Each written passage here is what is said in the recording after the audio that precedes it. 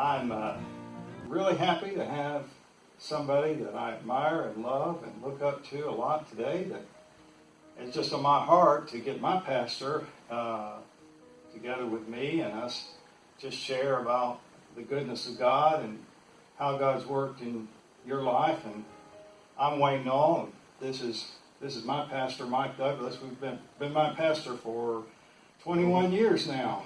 Yeah, a long time. And Known you longer than that.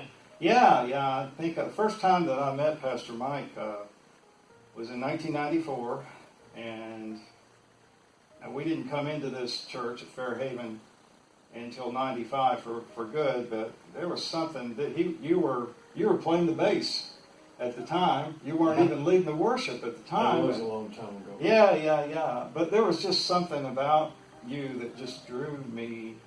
That I've told this to a lot of people, that I saw you, and then the other times when we would come back, he was so full of the Lord, and I was in a place right then that I was like, is this for real? And after I watched you, and the more I watched you, I realized it's absolutely for real. And knowing you has changed my life. It absolutely has. Oh, brother. It absolutely has. I'm thankful. Because I was in such a place. I was in a deep, dark tunnel. And when you're in a tunnel like that, you're in a deep.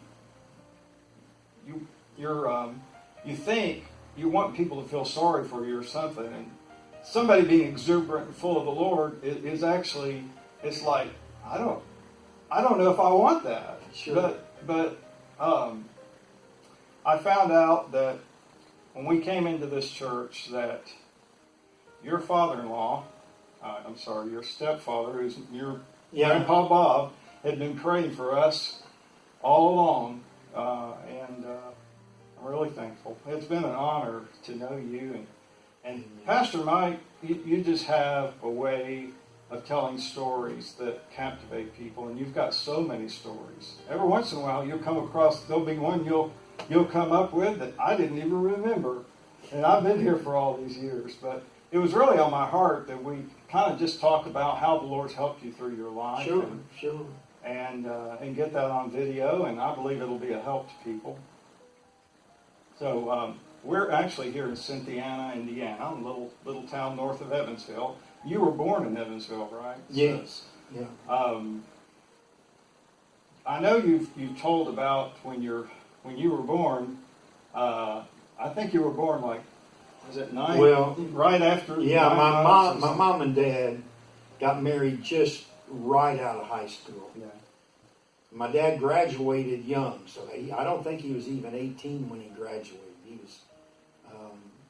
They just a few months after they graduated, they got married, and in the first month, at the end of the first month of marriage, they realized that my mother's going to have a baby.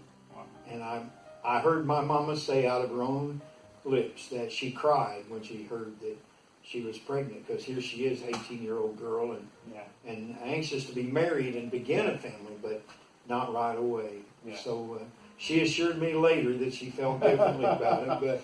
So that wasn't a happy cry to begin with? No, not at first. No, my dad built a little house, not much bigger than this little classroom that we're in. So small that you wouldn't think, how could anybody live there? Right across from my mother's parents.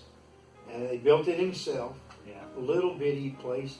I don't know if you'd call it a 4-room house. I'm not sure it was big enough to have 4 rooms. That's how small it was. But that was my first home.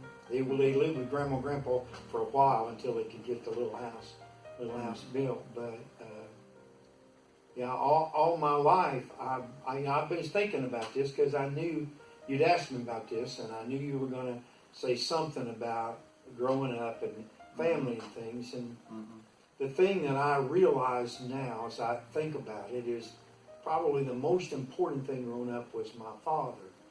I mean, he was the guy that built that little house. But he was always the man that knew what to do. And he was always a man of honor. And he was always, if I just tell the truth, it'll sound like I'm stretching it. When he had a habit and he realized that it shouldn't be, he just stopped it. I can barely remember him smoking. I would have been a toddler, and he realized that I was looking at him and that wasn't right, so he just quit. Yeah. I remember one time seeing him with a beer and looking at me and looking at that. He just realized that wasn't right, and so he just quit. And there aren't very many men like that. Yeah. When they realize really what's best, yeah. they do it immediately. Yeah. And so my memories are all wonderful. A wonderful family because my parents were so young. I had grandmas and grandpas everywhere, you know, and I had a great grandma that was, and for a while a great grandma that I can just barely remember. Yeah, I can barely remember my great grandparents. Yeah, yeah. Yeah. So it was a wonderful time. My folks were all the time that I have remembrance. They were always active in church, and they were faithful to what they knew. I don't ever remember them arguing. I don't ever remember a loud word said in either way. I don't remember one frustrated with the other. I'm not saying that didn't happen. It must have at some point, but I never saw it. I have no remembrance of any of that. Mm-hmm. They were always trying to be the right and do the right thing. And the church that I grew up in, I won't mention it because of what I'm about to say. Yeah. I was there a long time, but I never learned the Bible. Yeah. We talked about something, I know, but I didn't come out of there with a grounding in the Word. I remember being hungry as a young man. As a young teenager. Right. Preteen and teenager. I remember being so hungry.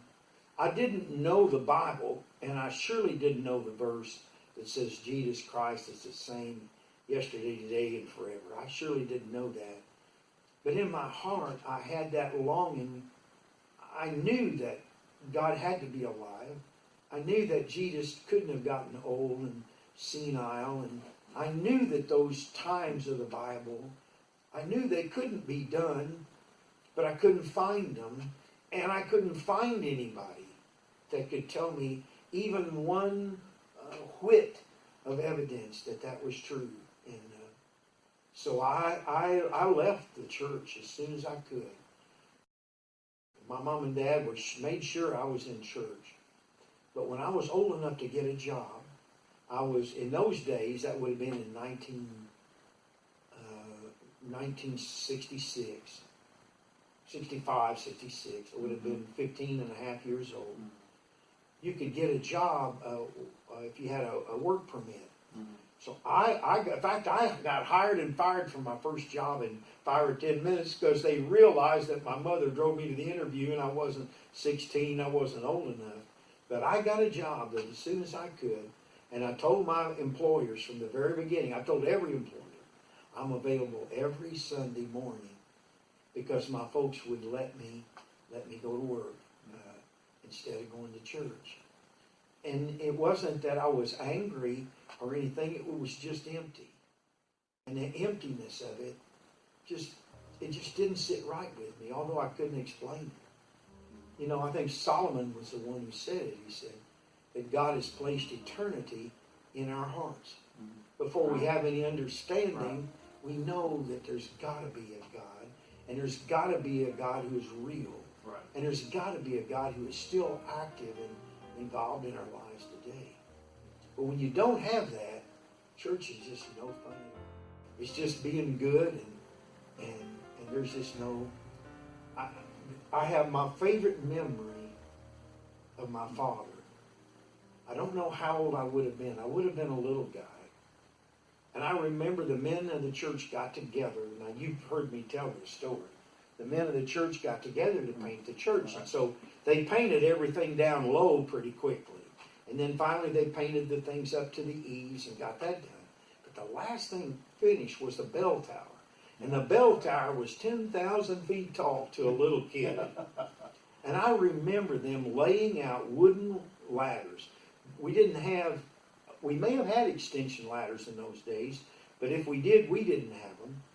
And I don't think there were aluminum ladders in those days. And I remember the men laying down these long ladders and tying the rungs together with, what's the old-timey rope? You know what I mean? It's real prickly stuff.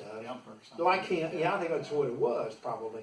They tied a ladder to a ladder to a ladder, and somehow they got that thing up, and they got it balanced.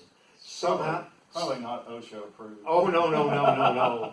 And it had to be angels all around, even though nobody would have recognized that. But they got that thing up, and they leaned it up against that bell tower. And I remember the men all standing there when that was done.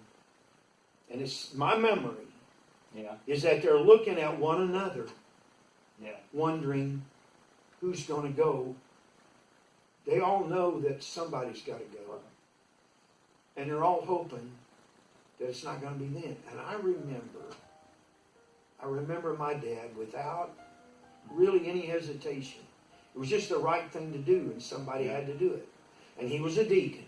Right. And so he grabbed a paint bucket and a big wide brush and went climbing up that ladder. And if we had a video of anything today, I would have loved. I mean, it would have frightened us, really. Yeah.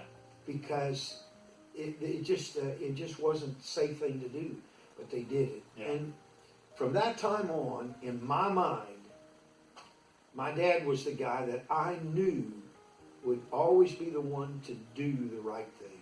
Yeah, that's a huge blessing to have that in your memory and in your heritage. It's true. It really is. And he never let me down that way. Dad got a job for the fire department. He was a fireman for, in Evansville, which is a fairly large city, a couple 100,000 people, and with a lot of firefighters. And he stayed with it long. He could have retired, 15 years maybe before he worked another 15 years, is what I'm trying to say. And he worked on the ambulance, and he's delivered I don't know how many babies and gunshot wounds and all of that. But he did that because it was the right thing for him. It was who he was, and